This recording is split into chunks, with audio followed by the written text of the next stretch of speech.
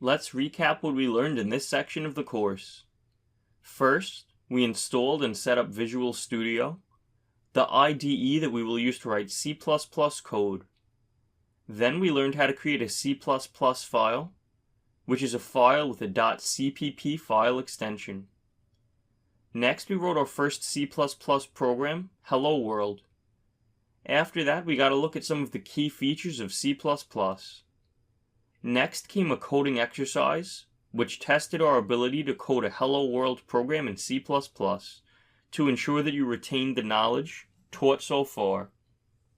After each coding exercise in this course is a video containing the answer to it and explaining the solution step by step. Next, we learned about the history of C++, some of the key milestones of the language over the years. Finally, we learned how to run C++ code from the command line